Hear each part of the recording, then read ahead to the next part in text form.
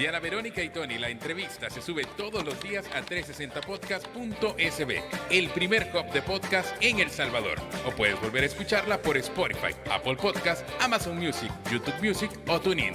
Dale clic a la campanita para que recibas la notificación. Este día en el Corre de la Mañana le damos la bienvenida a... Está con nosotros, como lo habíamos adelantado, el doctor Óscar Picardo, director del Instituto de Ciencia, Tecnología e Innovación de la Universidad Francisco Gavidia.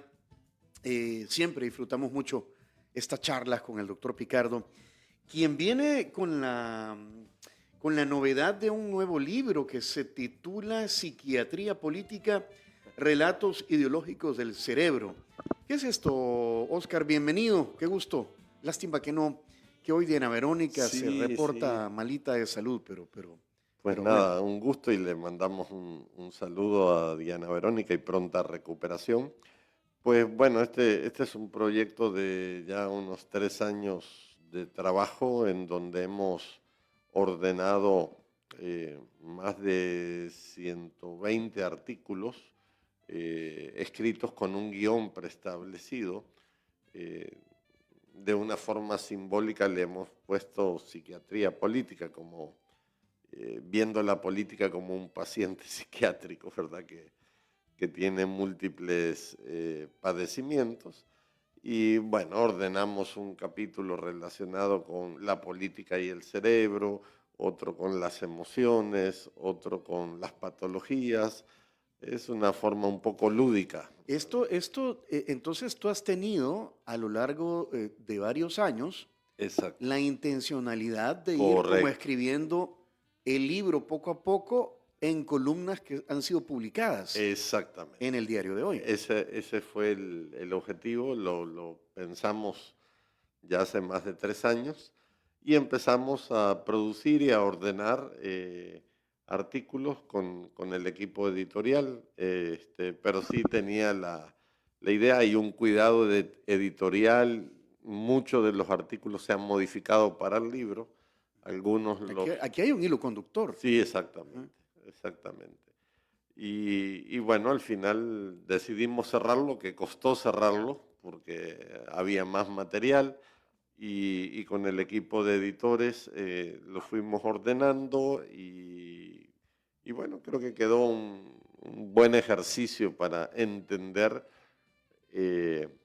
nuestra cultura política, nuestros políticos desde una perspectiva psiquiátrica. Bueno, vamos a analizar hoy la publicación del 8º estudio. Bueno, primero muchas gracias por el libro. Un gusto. 8º estudio de humor social y político. Hay otros problemas más importantes. Así se titula este 8º estudio que ha venido el Instituto de Ciencia, Tecnología e Innovación de la Gavidia. Ha venido haciendo, son como encuestas muy distintas de lo normal, que tienen también una intencionalidad de ir midiendo otra vibra de la gente, claro. Óscar. Sí, esto es una línea de investigación que la decidimos después de la pandemia y que tiene que ver con ciencias del comportamiento, ¿verdad? Cómo se comporta la gente, cómo actúa la gente. Y esta es la 8ª encuesta. En cada una de ellas hemos ido explorando aspectos diversos, con preguntas muy complejas. Ya llevamos más de 10.000 personas entrevistadas, ¿verdad? Cada encuesta han sido 1.200, 1.300 personas y hemos preguntado aspectos muy, digamos, íntimos de la gente, con preguntas bastante difíciles de contestar.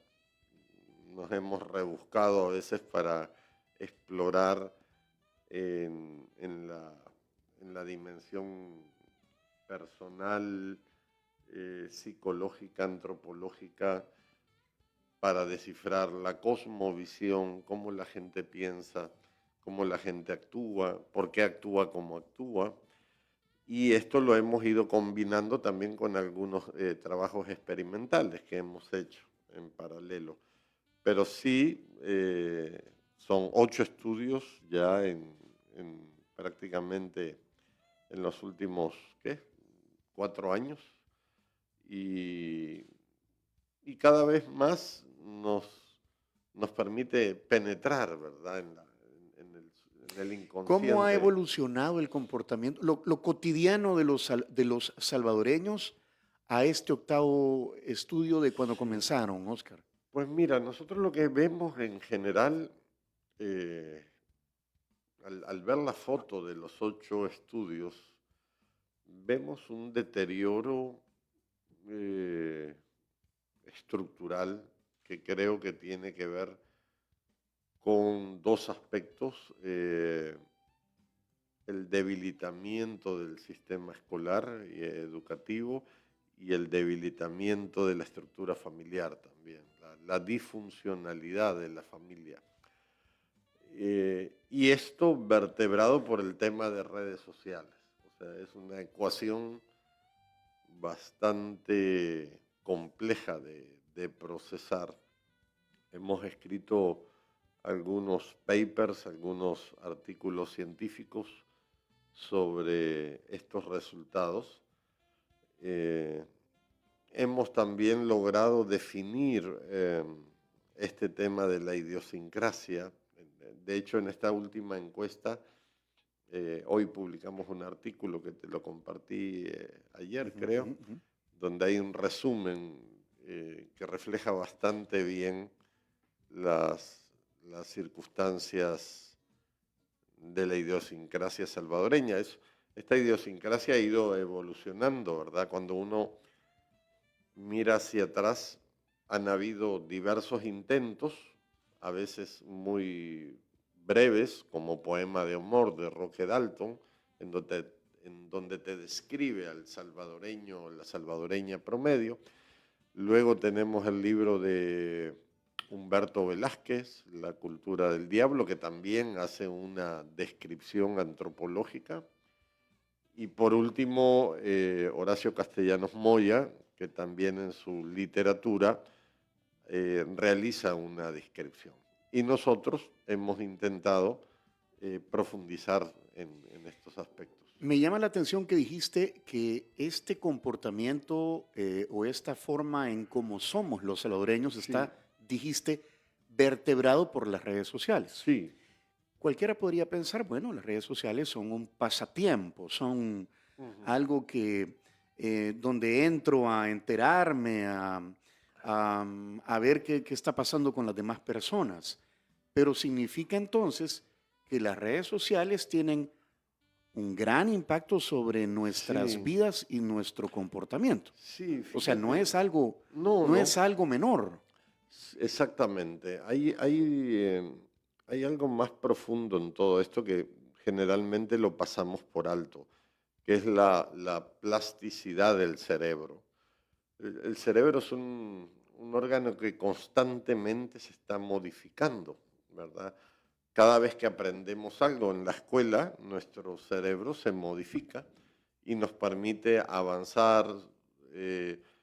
Lo voy a poner con el ejemplo más básico. Una vez que aprendemos los números y aprendemos a sumar y después a restar y a multiplicar y a dividir, todo eso afecta.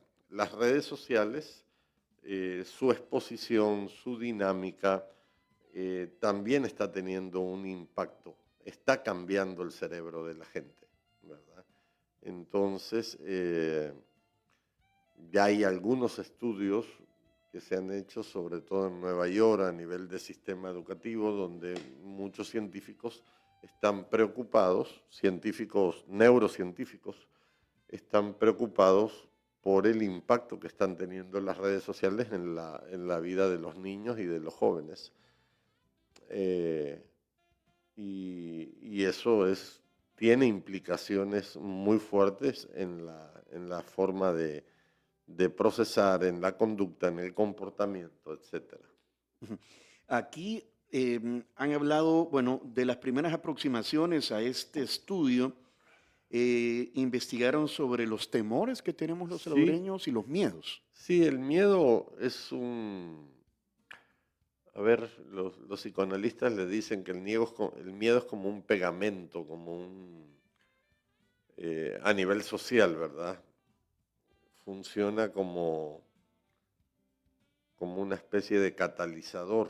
Por ejemplo, voy a poner quizás el ejemplo más claro. En Europa, los europeos están fortaleciendo los nacionalismos por el miedo a los migrantes. O sea, una cosa es el miedo individual que yo pueda tener, pero el miedo social que se está viviendo en Europa por las oleadas migrantes de africanos, es lo que está generando un poco ese pensamiento de ultraderecha, ultraconservador, y que siempre ha existido, ¿verdad? En Estados Unidos, en el sur de Estados Unidos, todavía uno encuentra núcleos raciales y, y digamos, los estadounidenses criollos, por decirlo de alguna forma. La América profunda.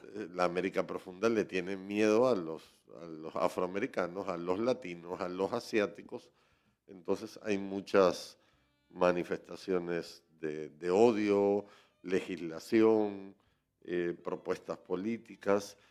Y aquí en nuestro caso intentamos conocer un poco, tener algún registro del miedo, ¿verdad?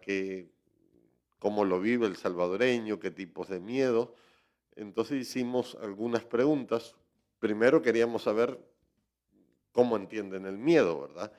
Y ahí ya encontramos una dificultad, ¿verdad? Para algunos es un estado emocional, para otros es una sensación, un sentimiento, algo religioso, y 12% no tengo ni idea qué es el miedo. Entonces por ahí empezamos. Descubrimos que el factor al que le tiene más miedo el salvadoreño es a la situación económica. Ajá. O sea, hay una vulnerabilidad económica. Aquí está que el costo de la vida en Ajá. comparación al año pasado Ajá. está muy caro, dice la gente, 50.61%, caro 39.82%. O sea, ya si sumamos eso Sí. Y es el principal miedo. sí, y es justamente el tema de alimentos, ¿verdad? Entonces, la situación económica está por arriba de los terremotos, de la enfermedad, de las pandillas. Es la principal preocupación.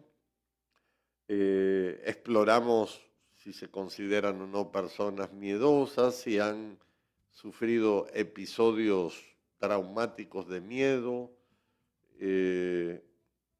y preguntamos si nacemos con el miedo o lo aprendemos.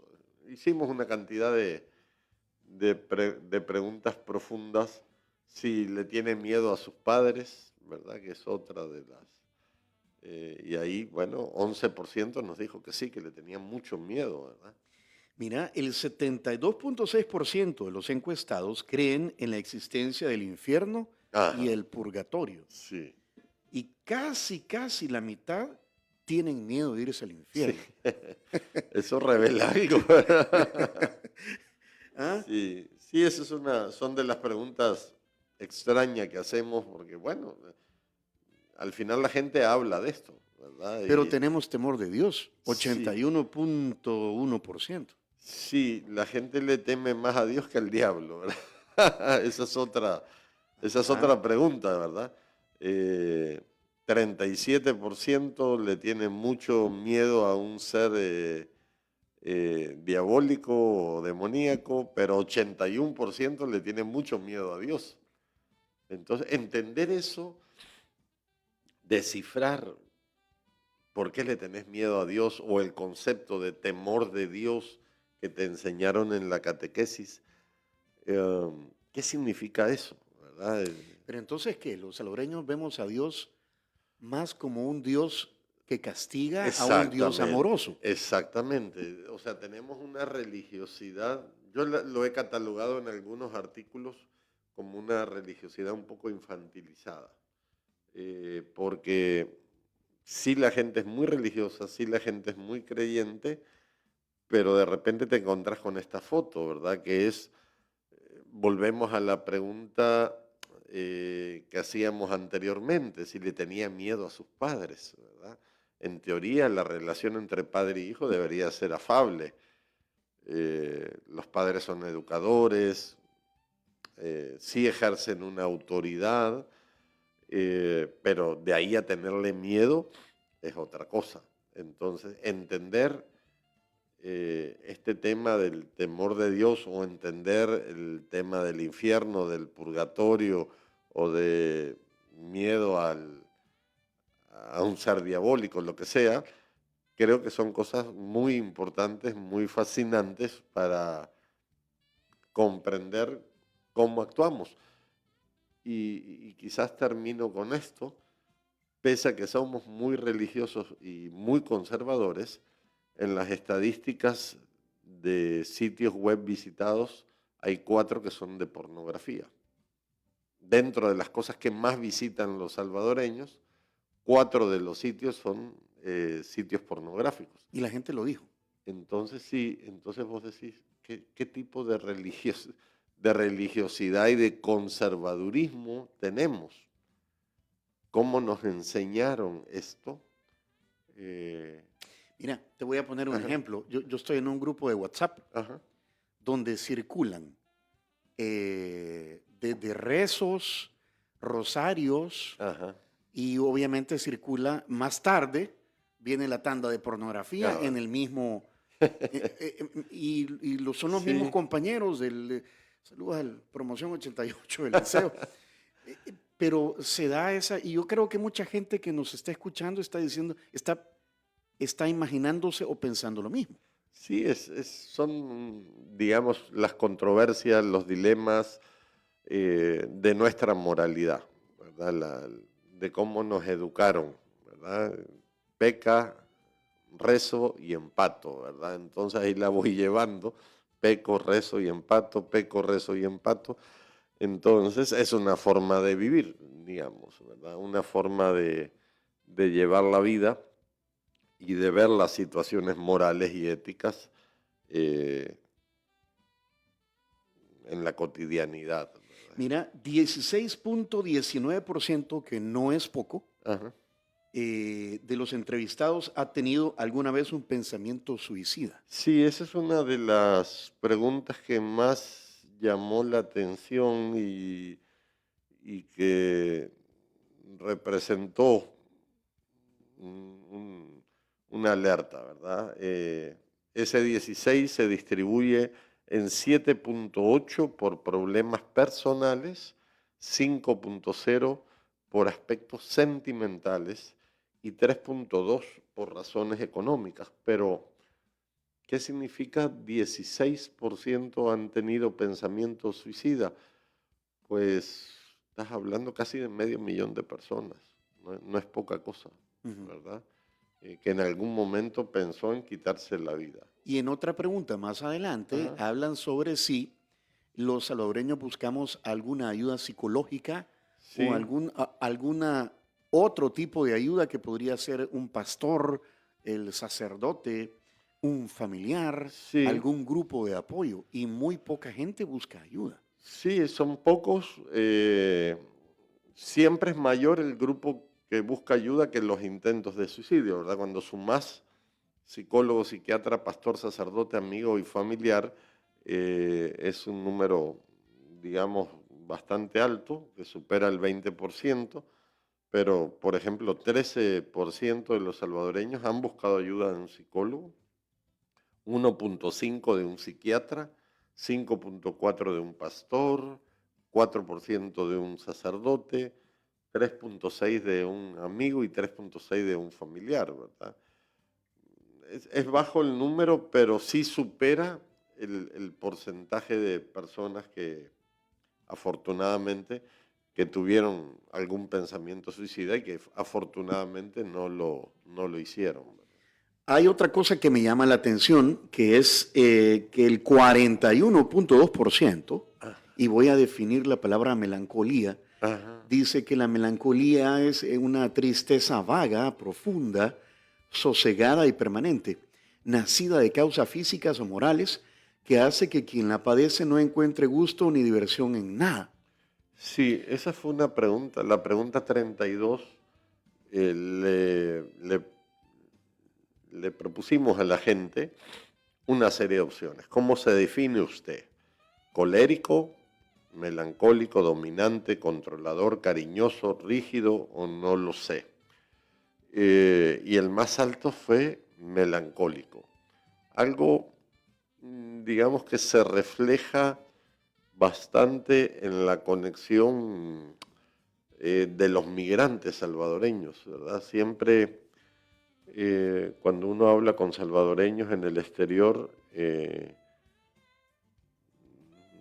una conversación casual, tú notas ese arraigo que hay a su país, cómo se emociona con el himno, con los símbolos.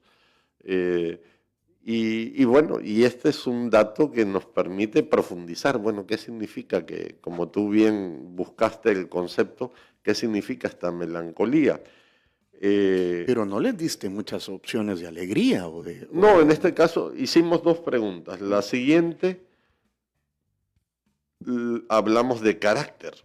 Y ahí le pusimos confiado, flexible, idealista, indiferente, obediente, pasivo, solidario, sumiso y tolerante. Y ahí curiosamente salió tolerante, cosa que tolerante y flexible, cosa que en circunstancias cotidianas no las notas mucho, en el tráfico, que haya mucha tolerancia, ¿verdad? Todo lo contrario. Pero bueno, mucha de esta gente no anda en carro tampoco, o sea, uno tiene también una visión a veces parcial de la tolerancia. ¿Dónde medimos la tolerancia a nivel urbano? En el tráfico, ¿verdad? El problema es que el 70% de estas personas que entrevistamos no tienen vehículo, entonces para ellos esta definición de ser tolerante quizás sea más viable, ¿verdad? Tolerante y flexibles, ¿verdad? Quedémonos ahí en este octavo estudio de humor social y político, que son encuestas muy interesantes que miden otras cosas que no miden otras encuestas de otras casas encuestadoras, ¿verdad? Que lo hace la Universidad Francisco Gavidia a través del ICTI. Son las 8 de la mañana, 33 minutos. 8 de la mañana, 33. Tú sabes muy bien que es una tradición aquí, Oscar, que venga el desayuno de San Martín. Antes te hago entrega de tu bolsa de Cherito Café. Muchas ¿verdad? gracias. Que tú ya sabes que es el Sí. excelente café que aquí consumimos, que es lotes de café que no son exportados y se quedan aquí para promover la cultura de consumir un buen café. Cherito Café lo encuentran en Bolengo Plaza y en las tiendas Tengo. También ya vino San Martín, deliciosas opciones para tus almuerzos, las encuentras en San Martín, que trae para esta temporada el nuevo pan con cochinita pibil, elaborado con pan baguette, frijoles, costra de queso, tomate, cebolla morada y aguacate, con un toque de crema, ¿verdad? Esto en cualquiera de las sucursales de San Martín. Los desayunos vinieron gracias a las amigas de Línea Rosa, que son mujeres manejando para mujeres, y su compromiso es brindar tranquilidad y confianza en cada viaje. Contáctelas al WhatsApp 62004491 o a través de la Línea Rosa app. Ya volvemos.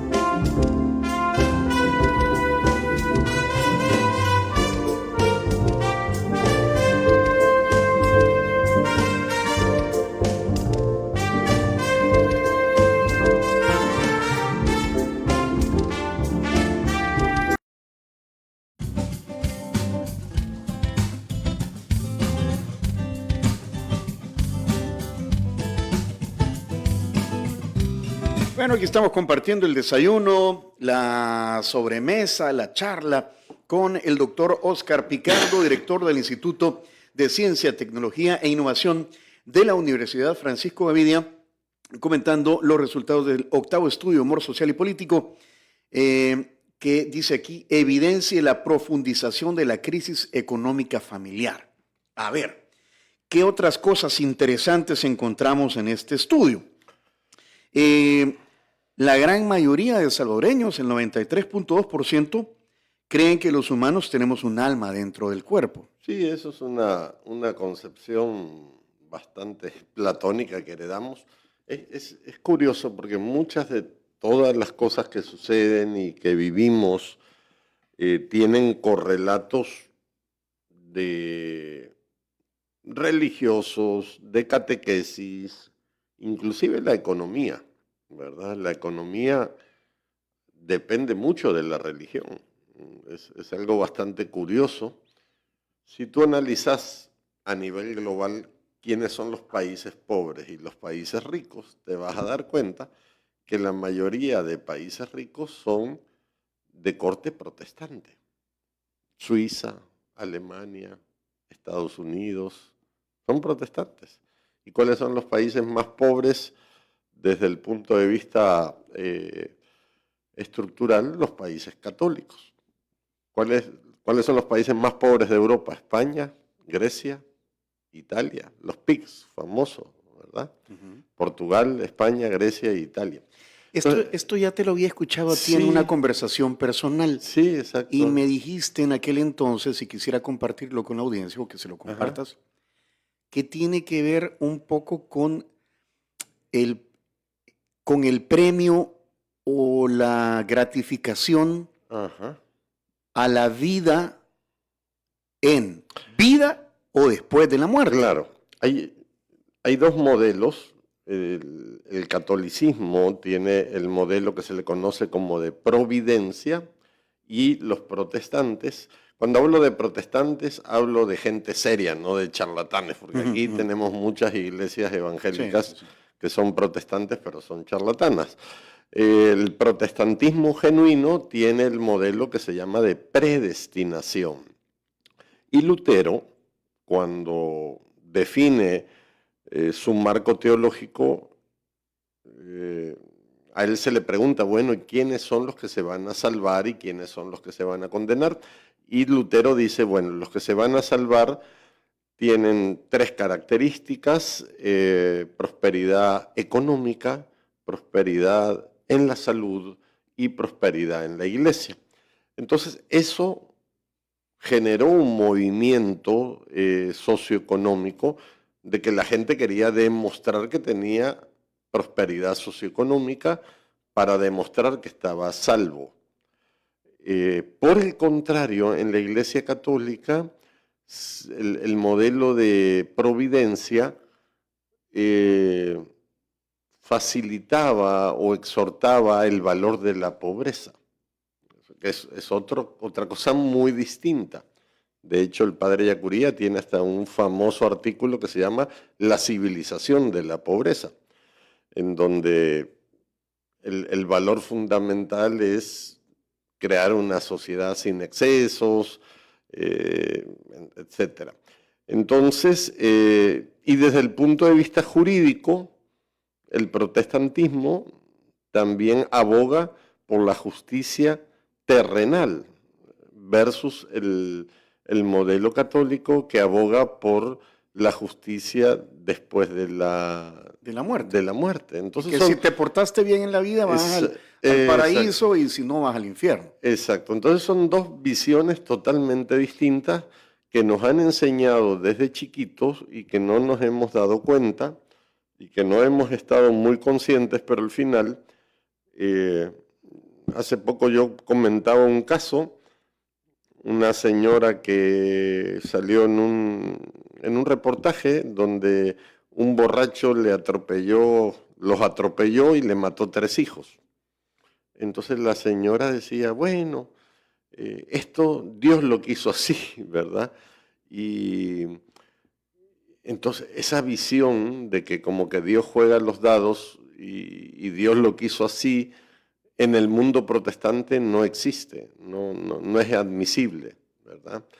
Y esto es muy profundo y opera en la vida de las personas, opera en las sociedades y configura los modelos económicos también, ¿verdad? De una civilización de la pobreza a un signo salvífico de bienestar económico. Son dos puntos de vista muy distintos. Hay una pregunta, bueno, no la encuentro ahora mismo entre tanta gráfica y tanta información, pero la gente decía que las enfermedades son un castigo divino. Ahí Y también tiene mucho que ver con lo que estás diciendo. exactamente, eso tiene que ver muchísimo con principios judíos que heredamos de la cultura hebrea, en donde se considera que las enfermedades son producto de un mensaje o de un castigo de Dios hasta la cuarta generación. Es decir, la primera, la segunda, la tercera y la cuarta. Si alguien tiene una enfermedad o un padecimiento crónico o genético, es porque Dios te está castigando por algo que hiciste tú, tu papá, tu abuelo o tu bisabuelo. Eso es una creencia judía. Y eso lo toma Lutero, porque Lutero dice que el signo de salvación es prosperidad en la economía, en la salud y en la iglesia. Entonces, cuando alguien padece una enfermedad, es vista con sospecha, por algo te está pasando esto. Es como un poco la ley de karma, así, ¿verdad? Y así pensamos los salvadoreños. Y así piensa la gente. Entonces, a veces, para bien o para mal, cuando alguien tiene una enfermedad muy fuerte, muy potente, un cáncer, la gente hace una lectura.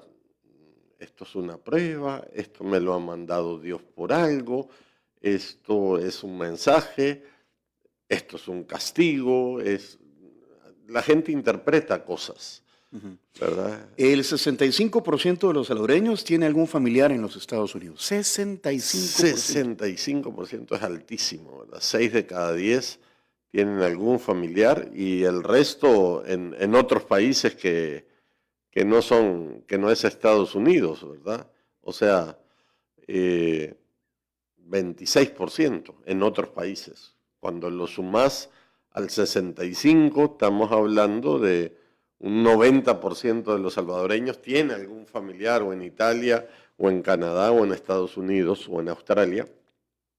Y eso, claro, tiene mucho que ver con el tema remesas y con otros aspectos importantes. Casi el 90% dice que lee la Biblia.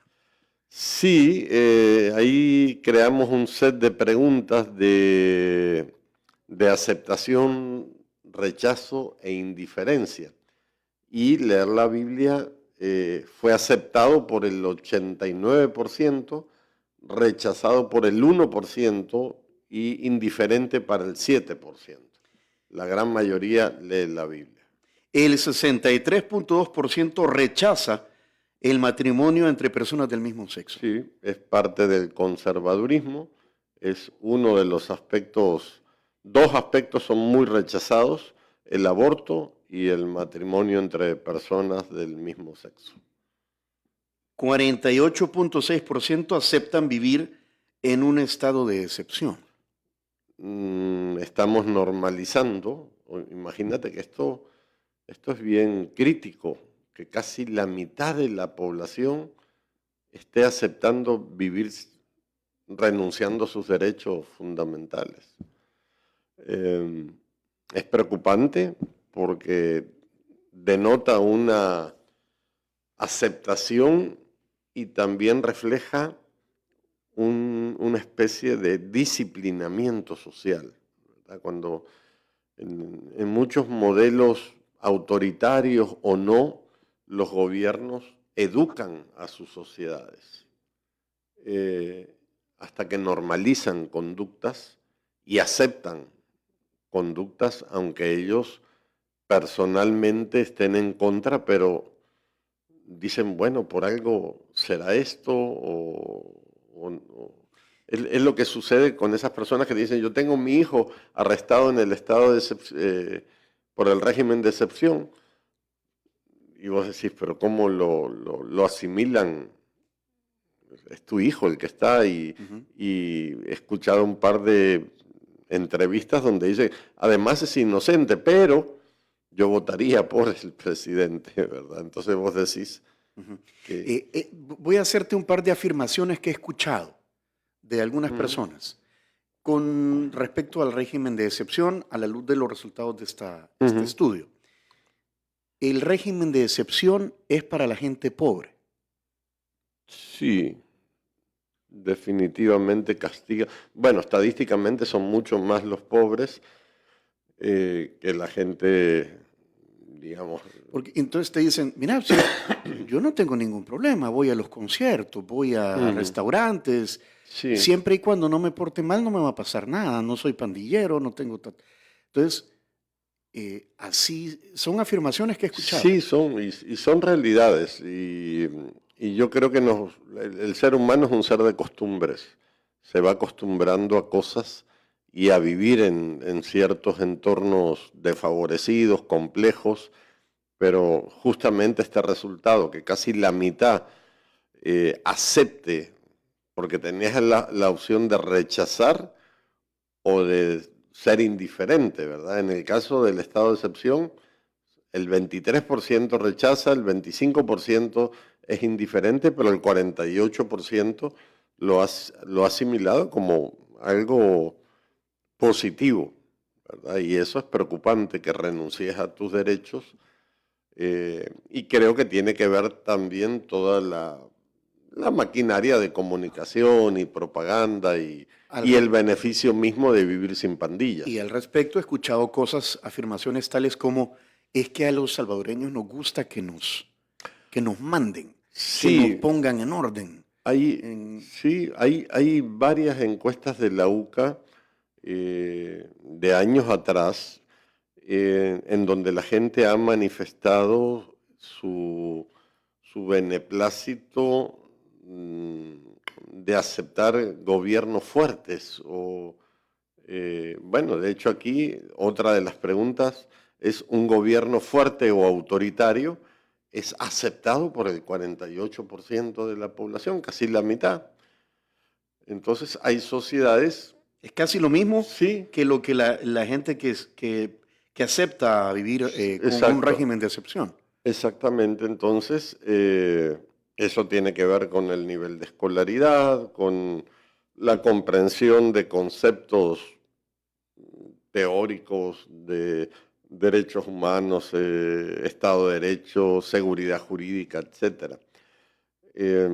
Pero sí, mucha gente se acostumbra y normaliza y se disciplina, ¿verdad? Y eso sucede hasta en realidades familiares, cuando hay un maltratador en la familia, pero lo quieren, ¿verdad? Se acostumbran a vivir con el maltratador y uno le dice a la mujer, mire, pero ¿por qué no se separan? ¿Por qué no busca otra vida? No, ni modo, así estamos. Nos quedan 5 minutos de entrevista, Oscar. La vez pasada tú hiciste un esfuerzo de definir el identikit del salvadoreño común. Sí. ¿Te lo puedo pedir nuevamente a la luz de este octavo estudio, cómo somos los salvadoreños? Sí, yo creo que en términos generales se mantiene ese identikit que era conservador, religioso, machista, alegre, afable, el salvadoreño es afable, cachero, el salvadoreño es cachero, siempre dispuesto a resolver, a ayudar. En esos términos creo que se mantiene todavía el perfil, son cosas que no cambian, digamos, de una generación a otra. De hecho, estamos haciendo un estudio intergeneracional con Giuseppe De Pila, un psicólogo, y pronto vamos a tener algún resultado, pero más o menos esa es la figura a grandes rasgos que que seguimos viendo en este tipo de estudio, ¿verdad? El conservadurismo, la religiosidad que se mantiene, la afabilidad manifestada a través de diversas preguntas y respuestas. Pero hay contradicciones, como lo que mencionaste. O sea, somos religiosos, Sí. hay temor de Dios, pero la gente busca ver pornografía. Claro. Sí, digamos, cuando decimos somos religiosos, ahí aparece una amplia gama de posibilidades, de tipos de religiosidad. Y como te decía, creo que tenemos o vivimos una religiosidad bastante infantilizada o instrumentalizada, ¿verdad? Un poco el Dios a mi medida, el Dios que yo necesito, el Dios confortable, el que no me exige mucho y con el que puedo transar, ¿verdad? Es decir, volviendo al esquema relativismo. Peco, rezo, Empato, ¿verdad? Y volvemos a empezar, ¿verdad? Eso creo que sigue funcionando y es un tipo de religiosidad, ¿verdad? Que se ha ido instalando en la cultura nuestra. Ya nos anticipaste, dices que estás trabajando otro estudio con un psicólogo. Sí, de transiciones generacionales, intergeneracionales. ¿Y eso cómo se come? Entender dentro de, digamos, de cada uno de las, por llamarlo de alguna forma, de los grupos sociológicos que van transitando de generación en generación, qué recibimos, qué se descarta, qué se mantiene, ¿verdad? Como repetimos patrones.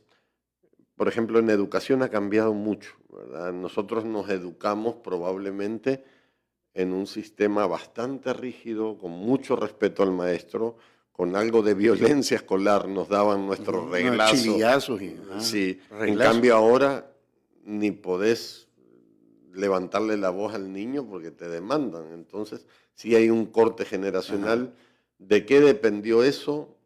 De modelos curriculares, de evolución jurídica. Entonces estamos intentando entender todos esos cambios. Muchísimas gracias por tu tiempo, Oscar, ¿verdad? Te manda saludos y Ana Verónica. Un gusto. Y ojalá pues la próxima vez que vengas, que ojalá si sea pronto con este otro estudio claro que están armando, pues ya esté ahí aquí y te pueda formar parte de la entrevista. Muchísimas gracias. Un gusto, gracias. Y saludos a todos en el ICTI. Si quieren volver a escuchar esa entrevista, atención a lo siguiente. Si quieres volver a escuchar esta entrevista, ingresa a 360podcast.sb, el primer hub de podcasteros salvadoreños. Sigue a Diana Verónica y Tony la entrevista en Spotify, Apple Podcasts, Amazon Music, YouTube Music o TuneIn.